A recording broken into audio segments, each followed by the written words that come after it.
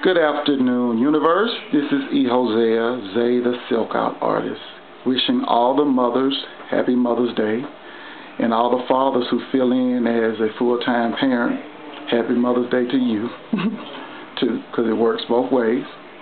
Today I'm here with my college classmate from Talladega College, the Alpha Laura Vega of them all, 1867, the oldest historically black private institution in the state of Alabama and one of the oldest in the country. Today, what we did on Angela, we freshened up and warmed up her blondes. Angela is a fan of blondes. As you can see, it's multidimensional. What she did, she had a high lift goal, about a level 10, and now we have a level 8. What we did when her previous all-over color was the level 11, what you would consider honey blonde. She said, I still want to be blonde, but I don't want to be that. So what I did was I brought her down about 2 levels to a level 8. So what was previously her all-over permanent blonde, like you can see right here, became her highlights, and her base color became a dominant color. So we took the high color and made it highlights just by, as we started growing it out, we dropped her down. And I also used a level 8 blonde and a level 11 blonde. But instead of mixing 2-to-1 ratio with the level 8, I mixed equal parts. And to keep the highlights going, I mixed, the level 11 with a 2-1 ratio and laid it in the foils for the last maybe 15 or 20 minutes of her color because it was going to process faster. Remember, we were doing it on time, and I had fun cutting this cut because Angela was another client like Jasmine who was going to grow their hair out and then decided she was going to go back short, and today she told me we're going to grow it back. Give you an all-over look of it.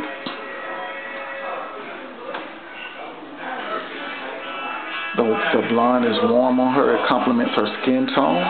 It doesn't make her look like she's glowing. The cut complements, and notice the softness of her taper. She has a low taper, but it's not a hard line. So if which does not dedicate her to running into the barbershop to get it tapered back down in between cuts. In between salon services. And just to let you know that relaxers and hair color can get along harmoniously. We relaxed Angela 2 weeks ago, and she's in 2 weeks later getting her high lift color. So we know with Angela being short, about 4 weeks from now, 5 weeks from now, we'll be back in with a relaxer again. But what we do, we relax her with a mild relaxer, and we knock about 3 to 5 minutes off of processing time, because we already know that high lift color texturizes the hair even more, so we don't need that traditional stick straight that we try to get with hair. And we know how to use our conditioning agents to keep that hair on the head.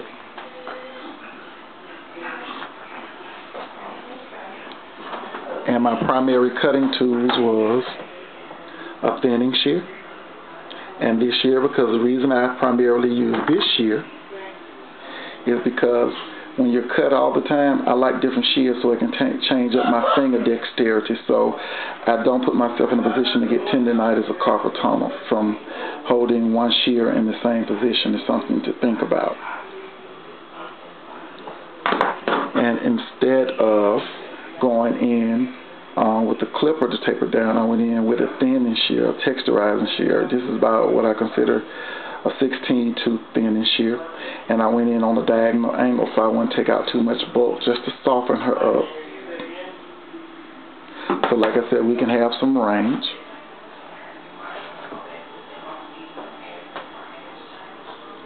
So here at Rhythm Hair Studio, we believe in making blonding a standard service in the salon. It's not a hit or miss or a trial and error. It's intelligent choices for beautiful solutions.